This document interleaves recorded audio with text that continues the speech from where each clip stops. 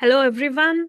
Myself, Ritika Joshi, and I'm today hosting a show in our episode of our Passion in Science series, which is organized by the International Astronomical Union, IAU. So, we are a working group of early career researchers. We are hosting this series of Passion in Science time to time, and this is the fourth one in this series. And today, in this episode of our Passion in Science series, we are delighted to welcome Dr. Rebecca Robinson from the SETI Institute in Mountain View, California. She serves on the outreach team for NASA Multi-Slit Solar Explorer MUSE mission, acting as a vital link between the MUSE science team and the outreach team and NASA headquarters. Dr. Robinson earned her PhD at the Rosland Center for Solar Physics in University of Oslo, where her research focused on magnetohydrodynamic simulations of solar eruptions. With a very strong scientific foundation, she has also built a remarkable career as a communicator, skillfully translating the complex scientific ideas into engaging and accessible stories for diverse audiences. Welcome, Becca, in our show. Thank you. Yeah, Good to so be yeah, here. let's start.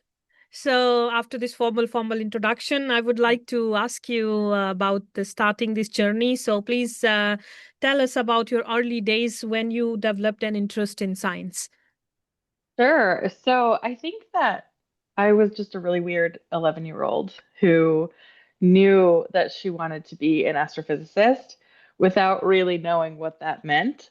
All I knew is that I was really interested in space. I was interested in learning new facts all the time, and I was interested in connections.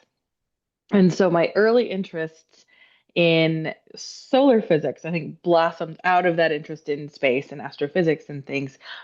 But the specifically going into solar magnetic fields and understanding what the sun's magnetic field does and how it relates to the Earth stems from this early interest in how things are connected in nature and how everything is connected in nature if you think about it hard enough. And so I was really interested in learning about how the sun's magnetic field and the Earth's magnetic field interact together and how that connection is meaningful for us here on Earth. So it's an interest that was just kind of always there and stemmed out of existing curiosities that I had about the Earth and the universe. Wow, nice. So yeah, very lovely to connect all these, yeah, see, fancy stuff to the very beginning to the natural things. So, what was your PhD about, Becca? And of course, we know that you have been living in so many countries. Yeah, to USA, then Iceland, then Norway, and back to USA. So, how did you manage all of this? Creatively, I suppose. It's as you know, it's very difficult to be an immigrant anywhere. It takes a lot of paperwork, it takes a lot of time, it takes a lot of money, and it takes a lot of understanding of different laws and regulations in different countries that aren't necessarily the same as the last country, right? So it's really important to pay attention to all of those things and try to have everything in a row. First of all, just logistically, but also my journey from the United States to Iceland was sort of it wasn't really the plan. It's just something that ended up being the plan at some point. My original story was going to be finishing my undergraduate degrees in the United States and going straight into a PhD program in the United States, which is what I did first. Um, but plans change, right? And in the middle of that first PhD attempt, I ended up falling really ill, and maybe we talk about that later in some of the other questions. Um, but I couldn't stay and I couldn't finish. Mm. And when I realized that I wanted to go back and try again, I just cast a wider net and sort of on a whim applied for a master's program in geophysics in Iceland, and that is the one that I ended up going towards. So I learned so much about being an immigrant, and I learned a lot about community and what it means to remove yourself from your home country and plant yourself into another one and try to feel at home there. But eventually, yes, I did go to Norway, and that was when I feel like I kind of came home a little bit back to solar physics. Um, Geophysics is fun, obviously. Lots of fun to go out into the field and drill some ice cores and, set off dynamite to create shock waves to understand the different layers of what's in the ground and things like that. Um, but what I really was interested in was that magnetic connection between the sun and the earth. So that's what I studied during my PhD. As you know, at the Russlin Center for Solar Physics, they have an in-house model called Bifrost, which for the Viking nerds out there is the Rainbow Bridge to Valhalla, right? But this is also a self-consistently driven hydrodynamic simulation in 3D. And it simulates just a tiny little cube of sun. We get to decide, and the computer gets to decide how big that box is. But I worked with a relatively small box that extended 2,500 kilometers beneath the solar surface, and then about 8,000 kilometers above the solar surface, right? So that was my tiny little box, 12,000 kilometers in either direction. And what we wanted to do was we wanted to spin up the simulation with a really boring initial magnetic field because the free parameter in this simulation is the magnetic field. We get to define what it is. And if you're simulating magnetic fields, I think about it a bit like trying to simulate a pot of spaghetti, kind of like that, where the spaghetti is your like magnetic field lines. And if you want to do that, you can do it one of two ways. You can either stick your hand in the pot and move that spaghetti in a specific direction that you know everything about, and then measure the effects of that movement on the environment, right? Or you can turn on the boiling, right? And let the boiling water self consistently evolve that magnetic field in space and time. So Bifrost turns on the boiling. And boiling on the sun, we mean convection currents that happen underneath the surface. And so we thought we would start with a really boring vertical balanced magnetic field and let the model spin up a bit. And then we do interesting things to it. We would insert a really strong horizontal magnetic flux or something like that. But we never got to that point because before we got to the point where we were going to do things to this model, something interesting was already happening in the model very self consistently. I noticed that I had this big slab of heat in my atmosphere, about 4,500 kilometers above the surface. And in physics, we have a big slab of heat in a lot of places in the sun's atmosphere in real life, right? This is part of what we call the solar coronal heating problem. It is a problem with the energy budget, the thermal energy budget of the sun. And this stems from our measuring up to 20 million degree plasma in the corona, which can't be explained by the heat from thermonuclear fusion alone, right? There's got to be another heat source. And so for the sun and for my big slab of heat, one of the likely culprits is the magnetic field itself. Magnetic fields hold intrinsic energy. Hot things hold intrinsic thermal energy. Moving things hold intrinsic kinetic energy, right? Things like this. So magnetic fields holding intrinsic magnetic energy can convert that energy to other things like heat and speed. And so we thought, okay, maybe there's a process happening self-consistently in this simulation that is making this big slab of heat. And I worked closely with Mats Carlsen and Guillaume Alonier. And through their guidance and through our work, we realized that that big slab of heat came from what we call a magnetic reconnection event, which happens when magnetic field lines try to cross each other but don't because they don't like that. And when they're about to cross each other, they just switch poles with one another. They switch foot points. And that dramatic spatial change in the magnetic field, we know from Ampere's law, will create a very large current density. So that's a lot of current over not a lot of space. And what does current do? Dissipates as heat, right? So we figured out what types of magnetic features contributed to that big slab of heat, which later we found out created 1.5 million degree plasma in our simulated corona and our simulated solar atmosphere, and energy is consistent with what we call a nanoflare, which is a tiny baby little solar flare, right? So we spent a lot of time figuring out what those magnetic components would be because we didn't put them there. And traditionally, if you want to simulate something like a big tube of magnetic flux, which is what ended up powering this nanoflare, you would put it there initially, right? Traditionally, you can put your flux tube underneath the surface, let it rise through the solar surface, and then you have a flux tube you can simulate. Ours didn't do that. Ours formed self consistently in the corona. So by tracing each and every magnetic field line that contributed to that eventual flex rope, which then powered the flare later, we were able to demonstrate a lot of sort of old magnetic field theory. And some really fantastic information came out of that in terms of how we understand how magnetic fields can behave in these environments. We also figured out, to pull it back into the realm of what most people care about, we found out that this type of event, this energy level of event, would be observable potentially quite well by NASA's upcoming multi-slit solar explorer mission, or MUSE. And that is the mission that I currently work for. So it's a very full circle moment, I think, for me. Wow. Wow. Wow. Very nice. Thanks for putting up in simple words. I can relate. Of course, being in from solar physics background, I can understand it, but I'm sure that you put them in very, very nice words and simple words that yeah, everybody can follow up. Yeah.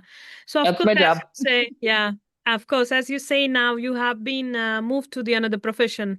So Mhm. how do you or how did you move from one profession to another? Somewhat smoothly and somewhat discreetly, like all of us, right? So during the doctoral studies in Oslo, I came in a very fortunate year because that year they had funding for PhD students or PhD candidates to have 4 years of funding, where one of those years is allotted towards outreach or education. And since I wasn't a native speaker coming into Norway at the time, I didn't speak Norwegian right away. They had basically taken all the native Norwegian speakers and had them teach all of the classes. And for the rest of us, they said, all right, figure out something to do for outreach. And I said, okay. So I ended up making a deal with an expedition ship cruise company, which is today known as HX Expeditions, but formerly Hurtigruten Expeditions. And basically, what I did is I sailed up and down the Norwegian coast a bunch of times, like into the Arctic, under the auroral oval, and I gave lectures on the sun and northern lights and how those things are connected. I would also do little data analysis workshops with the passengers, collect data from magnetometers all down the Norwegian coast and from sounding radars and things that we have over Scandinavia, and show them, okay, at this moment, we saw this beautiful line of aurora across the sky, but in this magnetometer, you see a dip here at the same time. And in this map here, you see a big dump of electrons coming into the atmosphere right over us. So, like, this plus this equals this. You know what I mean? So, Wow. physically, this is what we're seeing. I was already into outreach like pretty much from the get-go. But in terms of this job, um, this came from our network in Oslo, right? We went up to Svalbard a few years ago to have a meeting all together from the IRIS mission, the MUSE mission, the Russland Center for Solar Physics. A bunch of our colleagues went up there to talk about what we were doing, right? And that opportunity to meet, I think, introduced me to the Muse team more formally because I didn't really work with Muse while I was at Oslo, but I was calculating Muse synthetic observables because it's peripherally in our orbit of influence, right? So that gave me the opportunity to meet the Muse team. And then they later asked me to come to the United States and run the outreach program for Muse. And so it was a little bit networking and a little bit experience. So Wow. Yeah, nice. I remember going to that meeting in Svalbard you're talking about. Yeah. Yeah. Lovely place, lovely meeting. Yeah. really nice. Now, what was your motivation to become a science communicator? I think I enjoy communicating hard concepts as a challenge to Mhm. myself, because they say if you can't explain something simply, then you don't understand it very well. And so I try to take things that I don't understand very well and convince myself that I know how to explain them simply, and then that increases my own understanding. So it's a good development for me.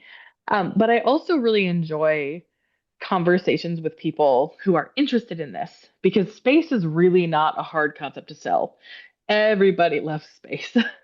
Yeah. And in the United States, we use a lot of public money to fund space missions, right? It is an extremely small percentage of tax dollars that go towards things like NASA and space missions, but it is still public money. And so over here, it's seen as sort of a responsibility to the public to allow them to understand this is what you're funding. This is what that portion of your taxes is going towards, and you get to understand and fully appreciate what it is that's going on. But as far as a more like humanitarian thing that doesn't have any borders or anything, I just like communicating about the universe to people. I think that it is ultimately good for us Yeah, to yeah, understand things that are bigger than us, right? yeah, of course. Yeah, lovely. Yeah. So, was there a specific moment or, or a mentor who inspired you along this way? I mean, any particular story or stories you want to share with us? Yeah, I think this began very early in my life. When I was in seventh grade, which for us, I would have been probably about 11 years old. I had an earth science teacher in my middle school who has been a wonderful mentor to me and was from the very beginning. And she is actually still my friend now. Whenever I go home, we get coffee together. Oh, nice. But I remember very distinctly being 11. And at that point, my conception of what being a space person was being an astronaut, which I don't really want to be now, but that's what I sort of wanted to be then. So I came up to her desk one day and I was like, Mrs. Deegan, I want to go to the moon. What do I have to do to like go to the moon? Uh-huh. And she said, okay, well, if that's your plan, awesome. Here's what you need to do. In high school, you've got to focus on math and physics. And then when you're ready to go to university, make sure you pick a program that has strong math and physics programs and astronomy programs for you to learn more about that. And then it was just a really nice, a very sweet little beginner's roadmap for an 11-year-old who was like, space, cool, I want to go. Yeah. And so like she was very formative for that. And I did follow more or less the path forward. But also like I would love to give a shout out to my PhD supervisor Mats, who you also know, Ritika. Yeah. He is fantastic.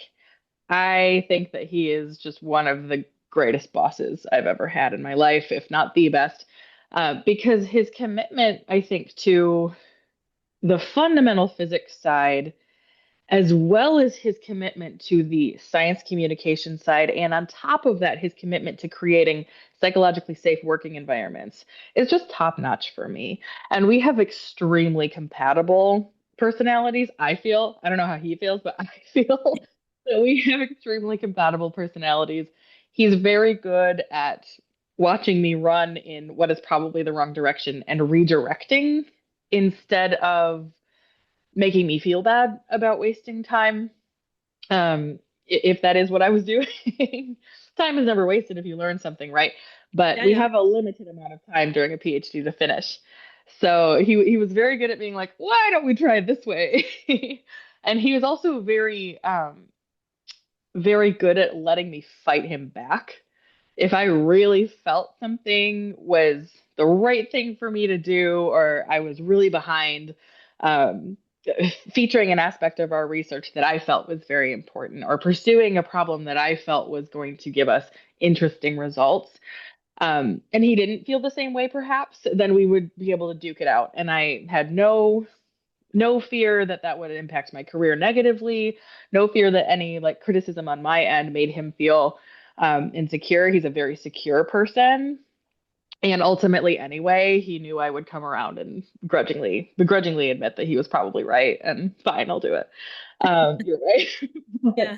but I liked that dynamic between us because it allowed me to feel like a researcher, not like a student. You know what I mean? It was very Yeah. egalitarian at Rocks. Yeah. And yeah, I loved that about it. I always felt at least that I had a voice and that I could use it, especially under the project that Mats and I were working on. Yeah. Yeah. Yeah. Of course. So, of course, as we shared the same institute, I was a postdoc there 3 years ago. No, not 3 years ago, 1 year ago for 3 years. And Becca was a PhD student, PhD scholar that time there. Of course, we really appreciate the environment we got at the Rosslyn Center for Solar Physics. Yeah. And Becca put it so well about having some stories from the seventh grade when you are 11-year-old, and then, one story from your PhD. It's lovely. Yeah. Yeah. So, talking about the astrophysics, do you think that learning about astronomy can change the mindset of the journal people or the general public? I do. If I didn't, I would have a really sad time at my job, I think. Or it wouldn't feel as meaningful for me. I do think so because when I have these conversations with people, they are so genuinely curious Oh, about what's going on in the universe. Even if they don't feel that it impacts their daily lives, they're so genuinely curious. And for me, curiosity makes them a scientist anyway. Anybody questioning, anybody curious is by nature a scientist. And I think that learning about astrophysics and learning about astronomy forces us to reckon with our place in the universe, right? yeah. A little bit. It forces us to pop things into perspective just for a second because we won't remember forever that we're just a pale blue dot. We'll go back to our job and things are terribly important for us on the smaller scales. But if for a moment we're able to pop things into perspective and say, "Oh my goodness, we're a tiny little planet orbiting a relatively small star, racing around a supermassive black hole at all times," like that kind of thing, practicing understanding that things are bigger than us, I think is an extremely healthy thing for human beings to do. Yeah. Yeah, and it also allows to make us feel that how small entity we are in this big universe. Yeah, Yeah. yeah. So, yeah, coming to some personal experiences for you. So, what personal values or principles you think that have been guiding you throughout your journey as a science communicator? This is a really good question. The first thing that comes to my mind is community first. Um, Science communication is many things. It's many things. It's as many things as there are science communicators, right? But for me, it is an integral part of community care. And what that looks like depends on what it is that I'm doing, right? I'm not saying that a science communicator is here to save us all. I'm just saying that a science communicator is here to facilitate joy and to facilitate knowledge. And those types of things, whenever I go out to a community event where I'm serving children or where I'm serving adults primarily, or even primarily our elders, um, that is what I'm there to do.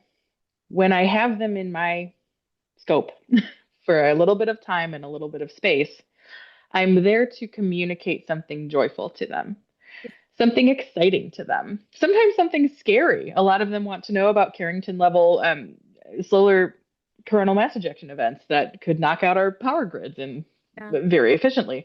And sometimes that's really scary. And so when we talk about those scary things, what I talk about is community.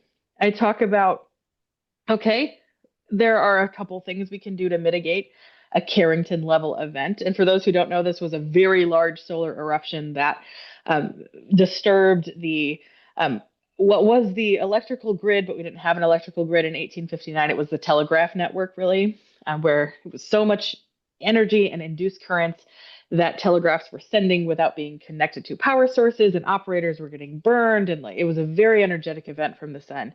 Something like that would knock out our energy grid. And when we talk about that, and when I'm able to speak with someone who has very legitimate fears over that kind of thing, what I talk about is the things that we're doing to mitigate it, yes. The research that we're doing to make our predictive power better, yes. But mostly it's about who are your people and what sort of skills do we have that we can share so that we can share our way through something like that. This is a global trauma, a theoretical global trauma, but we've survived global traumas before that look different than that, but we've survived them before. So, what do we do to survive? How do we gather our communities together? And in particular, it's meaningful to me to speak to children because they're very inquisitive. They ask the best questions. They're a little bit more uninhibited and they're curious about everything. And so it's fun to see the universe through their eyes and what's important to them. yeah, But increasingly lately, also older women who have come up to me lately, which really actually makes me very emotional to see them because they're emotional when they come up to me. And several times over several events over the past several months in several different regions, I've had older women come up to me and say, you know what? When I graduated high school, my options were teacher or nurse. And it really makes me happy to see Oh, you with this career, this life that you've made, spreading all of these difficult concepts in digestible ways. I had no idea that was even an option. And I'm so happy for you. And it like that to me is a deep part of my community. Our elders, specifically elder women and children, those are the folks I center the most. But I of course am happy to speak to everybody, and everybody is welcome in my space. yeah, lovely to hear about. It seems like you're having so much fun in your new job. So, do you also get to travel or to roam around as you are a communicator? I do. I travel a lot. There are events all over the country, and then some externally funded events through the SETI Institute. Oh, I'm looking at myself, but it's backwards. Through the Yeah. SETI Institute. There we go. Um, and also through my existing connections in Norway. So I've been on expedition cruises a couple of times through the SETI Institute to Eastern Greenland, and I'll go again for the solar eclipse this summer Wow. over to It's, Arctic Norway, and then also events all over the nation. I'm informally in schools, I am at observatories, I'm at museums, I'm at national parks. With the Muse Outreach Program, we've been able to develop several original outreach activities and products. And so I take those with me everywhere I go to share with the greater community because ultimately they're the ones who funded it, right? So they should be able to have access to those activities and products. yeah, nice. So, yeah, we have heard about so much good stuff about, your job and your experience. So, but we have, or I have a question now, which most of our early career researchers, or we have many times, even when we are, organizing this series through IAU working group for early career researchers. So I ask you the same question, Becca. Have you ever experienced burnout? I mean, and how do you handle it? Yes, yes, of course. This is unfortunately an all too common thing, I think, in our field and in many fields, um, but especially for young professionals who are moving through graduate school and moving through their early career. It can be a lot at once. Um, and so there are a couple of things. Burnout for me, my biggest sort of public crash out burnout happened during my first graduate school attempts. And that resulted in a medical withdrawal from the program. So I couldn't finish it. And that one, though, if I had to distill it down to one thing, was because I was in the wrong place, right? I was not in a good program for me to be in. This was a place that was a little bit more competitive for me. I thrive in more collaborative environments, which is why Norway works well for me. It's a little bit more egalitarian and collaborative. Um, but this place wasn't. It was very competitive while we were still trying to keep each other up. It was a weird vibe. Um, and it didn't work for me. And when you are in the wrong place in your life, I think your whole like everything starts to just scream at you. Your body starts to hurt. Your mind starts to blur. Your vision starts to get fuzzy. Like I remember getting assignments back that I have no recollection doing. And they were crazy. Like they were the ramblings of a lunatic. It was math that does not exist and made no sense and didn't track. And it wasn't this like, oh, it's a stroke of genius, right? It's new math. Like no, like that was illness. Like, and it really has served me well to know the difference between illness and genius in my life, right? And so that particular burnout, I think, was a result of just trying to double down into a commitment I had made that I knew was the wrong place. And sometimes the universe just doesn't let you stay in the wrong place. I'm very stubborn, so I stayed maybe for longer than I should have. But I was really trying to make it work, right? You really try to make good on your commitments and promises. So that didn't work, and I'm glad that I was able to heal and then start again and find out later that there aren't very many. limitations besides, the length of your life to how many times you can start over and try something again and try a new thing. Burnout now looks different.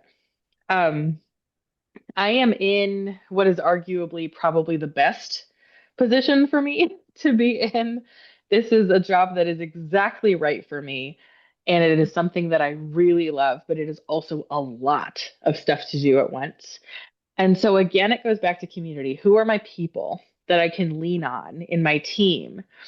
And I am in a position of leadership, which means I'm able to put very strict boundaries around myself with my team.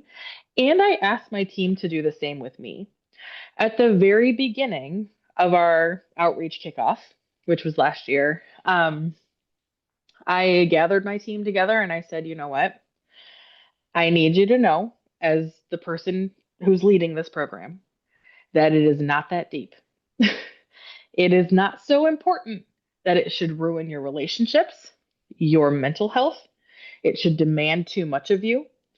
If at any point this program starts to do those things in your life instead of something that feeds you and gives you joy and rest and community, then talk to me and we'll figure out how to renegotiate your time commitment to this project. Or you can excuse yourself from the project with no bad blood at all because it's not that deep. Like, this should not ruin your life. It's just a job, right? It's a job we care very, very much about, but that means we should be healthy while we do it, right? And so for me, when I'm watching myself barreling towards burnout because I've overcommitted, because I still overcommit, it's who I am. Um, I make sure that I block off some days in my calendar. Like tonight, for instance, I'm going to go up to San Francisco for a couple nights and just take the weekend that I haven't had this month and try and try and do some things for myself that I enjoy while not being at an outreach event or activity. So these are the types of things that require privilege and leverage. And I have privilege and leverage in my job. And so once you get to that point in your career where you're in a leadership position, you have the privilege of leverage, right? Then it is easy to set those types of boundaries. It is hard to do without that privilege. It's hard to do without leverage. But it is something that I can do in my position. So if you're in that position, I would practice setting those boundaries in your own life just to keep yourself healthy and sustainable. Yeah. Yeah. Of course, we all agree, or at least I wholeheartedly agree that how important it is to have this work-life balance. Yeah. Mhm. Of course, we are talking so much about your, work and this stuff. So I know a bit about your hobbies, how good you are in mushroom hunting and some stuff Yeah. like that. So I would like to ask you about how you manage to keep time for your hobbies, and yeah, a bit more about your hobbies and yeah, your time management about that. I do love to forage, although I will point out that you picked one of the biggest chanterelles I've ever seen in my life. So well done. Um, I say we, my wife and I, we still really love to forage for mushrooms, but the season is very different. Over here, the season is kind of now, whereas in Norway, the season was summer to autumn. Uh-huh. But we also do things like hunting for pretty rocks, and there's so many mines around California. Like California is just a treasure trove, literally. I mean, the 49ers came in 1849 for the gold rush, right? And so we went up to that river and we panned for gold and we found some. Like it's Wow. still there. Wow. There are so lots of California is an old marine seafloor, and some of that are where these like this large amount of ancient sharks died. And so there's just a whole lot of shark teeth everywhere. So then we cordon off a weekend to go shark teeth digging and things like that. I like to spend time in the Eastern Sierra. So the Sierra Nevadas run down California towards the border of Nevada, and getting over the mountains to the eastern side is sometimes a chore in the winter. There's usually only about two of the passes that are open. But once you're over there, it's just silent. It's beautiful. It's quiet. These super tall mountains, and you get to just have a little bit of quiet. In contrast to Silicon Valley, which is very loud and very hustly all the time. I also like to climb. We have climbing gyms, luckily, all over the Bay Area.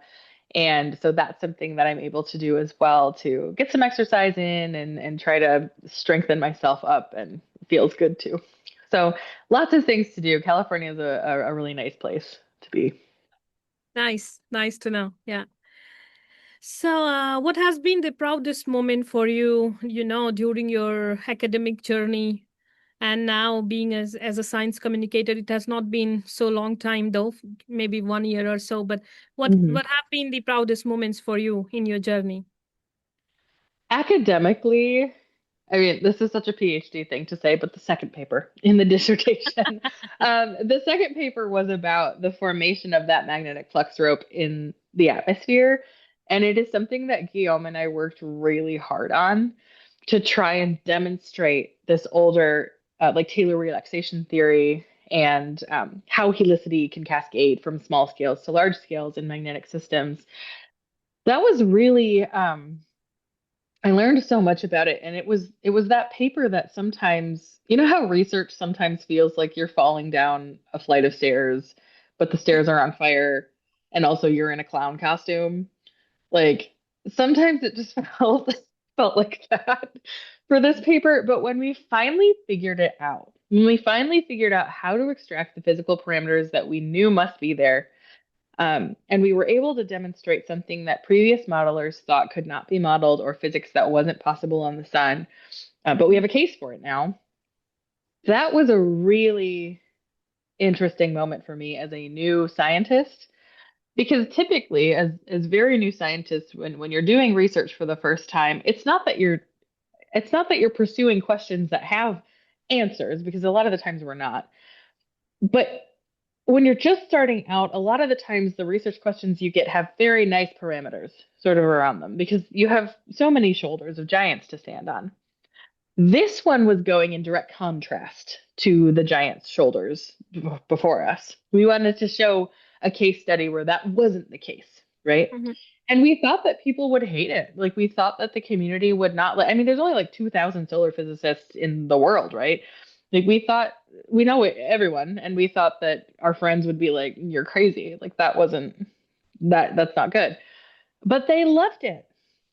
Our reviewer really appreciated the paper and thought that it was well done, and that was just a very proud moment to have contributed to something that hadn't been done before and that was very new in the field. That was really cool for me and made me feel good. And I like to talk about it still. Um, Nice. but for science communication, I think my proudest moment so far, because it has only been like a year and a half, but we've done so much. Um, I run an internship program with what's called the Boys and Girls Club. And in the United States, the Boys and Girls Club is an organization that provides after school care for all school age children K to 12. Depending on where you live, you'll have a different clubhouse that is managed by a different sort of chapter of the Boys and Girls Club. And in our chapter, the Boys and Girls Club of the Peninsula, we have a clubhouse in East Palo Alto, California. And at that clubhouse, kids can receive homework help. They can receive just quiet study time. They can receive lessons on culinary arts, lessons on cosmetology, um, lessons on many trades and CV help and applying for jobs and all this great stuff. And they get fed, they get snacks. They can play sports. Our particular clubhouse manages the school sports for many of the local school districts because the schools themselves don't have the resources to do it.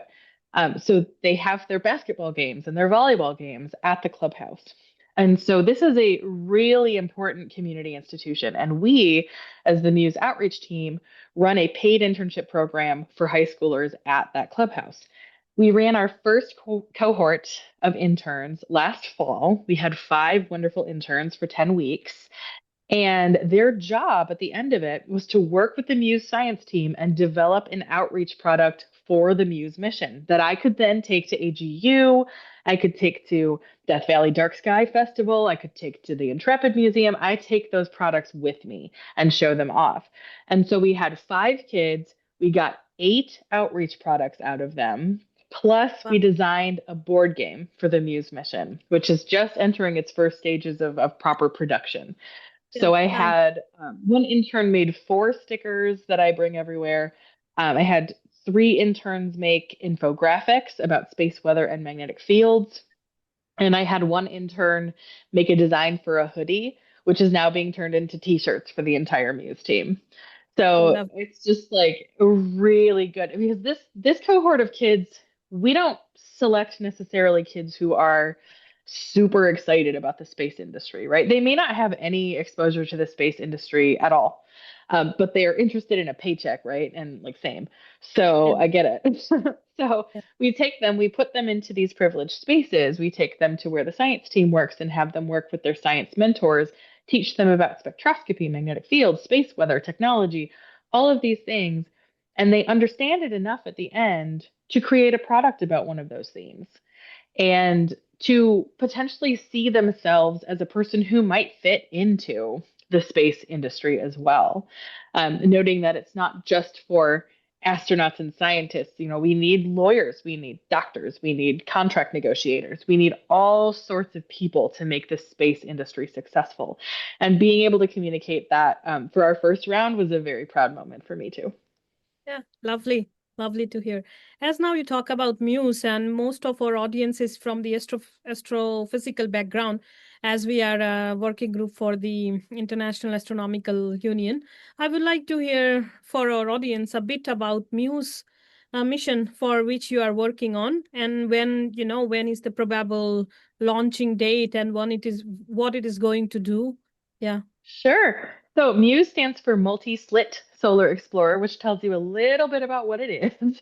Yeah. It's based on technology from MUSE's big sister called IRIS, the Interface Region Imaging Spectrograph. IRIS, of course, is an imaging spectrograph. It is a combination camera light collector, a combination camera and spectrograph. The spectrograph on IRIS is a single slit spectrograph. So as it looks at the sun, it tries to scan with that slit interesting events on a small field of view of the sun's chromosphere, the lower atmosphere. And through that slit, it's able to collect the spectra of the light, which gives us physics. From the height of the spectrum, you get temperature. From the width, you can get turbulence, which sometimes tells you a little bit about the magnetic field. And from the shift from center, the Doppler shift, you get speed right along the line of sight. Is that plasma rising, falling, going toward or away from us? Um, so that's Iris. Muse is building on that technology. It'll be ready for launch next year, no earlier than July. And instead of being a single barreled, low Earth polar orbiting spacecraft like Iris, it will be a low Earth polar orbiting spacecraft, but a double barreled one. In that first barrel will be its context imager. So it will have an imager to show us what we're looking at. Instead of the low atmosphere, we'll do the corona, the higher atmosphere. And in that second barrel, Muse will have its spectrograph, but instead of being a single slit spectrograph, it will be a 35 slit spectrograph. And that means instead of having your field of view and I have to try my hardest to scan the whole thing, but that takes time and inevitably you miss things. Instead of that, the 35 slit mask just needs to scan the distance between 2 slits and it can collect spectral information from the entire field of view, which will give us a much better space-time evolution of, for example, if we're observing an eruptive flare on the solar corona. We will get physics from before, during, and after, which may very well help us understand better the physical conditions that lead to things like eruptive flares. That can be applied for space weather prediction things, it can be applied for fundamental physics things. Mostly, we're just really excited to have a multi-slit spectrograph in space that's designed to look at the sun's atmosphere. So we're getting ready. We are wrapping up procurement now, getting ready for assembly. Testing is already underway. So the observatory is being built and will be ready for launch next year. Wow. Nice. Yeah. Yeah, it has been very nice to talk to you. And we, as the working group from IAU for early career, we are also very proud to have you here because you are also an inspiration for all the women astronomers we have. Recently, we have also celebrated our International Women's Day in Science, and we Mhm. had some activities as well from IAU doing that. And I'm very proud to have you here. It's also a pleasure for us to have you as the, yeah, as one of the inspiration for our women astronomers. So one last question for you. So what advice would you give to our young researchers who aspire to become science communicator? Or, I mean, what qualities do you think that a good communicator should have? So if someone wants to pursue their career in that direction, it would be helpful for them. hmm This is a really good question. Uh, First of all, once again, know your community. Make sure that you have good mentors as you try lots of different things in your early career and your early research. It is okay to switch directions. Life is very nonlinear. There are many years that I was not active in the field because I couldn't be because I was either too ill or just out of the field. You can come back if this is what you really want to do. It is okay to have a couple of lost years, I guess, so to speak. The other thing is if you're looking for a career in science communication, follow the funding, right? Funding for outreach is a very volatile thing. In the United States, it has been a very tumultuous year for funding for outreach, but my job compared to other missions that I know and some of our sister missions, my job was comparatively very sheltered from all of that drama because I run what's called a mission embedded outreach program. That means my budget comes directly from the mission's budget. And that means that if the mission is prioritized, in our case by the federal government, which it has been, then my job is part of that priority, right? Where we had threats of shutting down uh, offices for STEM outreach and things like that in the United States, which happened on various levels. My job was not part of that threat. And so I feel, of course, I'm biased as a science communicator and outreach professional, but I feel that mission embedded outreach programs are a very good way forward because it adds a layer of protection in tumultuous political environments. That being said, not all of you are in the United States. Probably the majority of you are not in the United States. And so that means that the funding systems for your different outreach programs are going to be different. If you are not in an environment where outreach is heavily funded, then if I were you, I would either ask your direct supervisor for networking opportunities to figure out who it is who's talking about this and in what venues they're going to. And then also um, cultivate your relationships with schools and museums and other science centers and informal education spaces because they are probably always looking for Mhm. somebody to come and talk about exciting research that is cutting edge. People want to know. Again, space sells itself. And I find that work begets work. Every time I go to a new venue, I am getting offers for several more venues, right? People want to know about these things. People really want to hear about it and hear that they're an important part in these missions fulfilling and succeeding. And they want to hear that they're part of something bigger than themselves, right? And being able to communicate that joyfully is just a huge blessing in my life. So that's what Yeah. I would do if I were you. So you agree that going to these meetings or conferences like IAU General Assembly or the COSPAR, AGU, EGU, it helps for networking and all.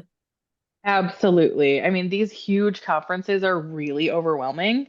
And so instead of trying to do everything at once, go through those programs and pick out a couple things that are interesting to you or a couple people that you've heard of that you want to get to know.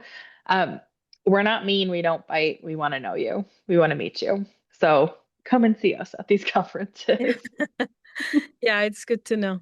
So, yeah, I take this opportunity to thank Dr. Rebecca Robinson, our guest today, for sharing her thoughts, which were really, really very inspiring. And I hope many of our early career researchers will be benefited from this. Thank you, Becca. Thank you so much. You're a huge inspiration to me. I can't wait to see you again. Thank you, Becca. Thank you.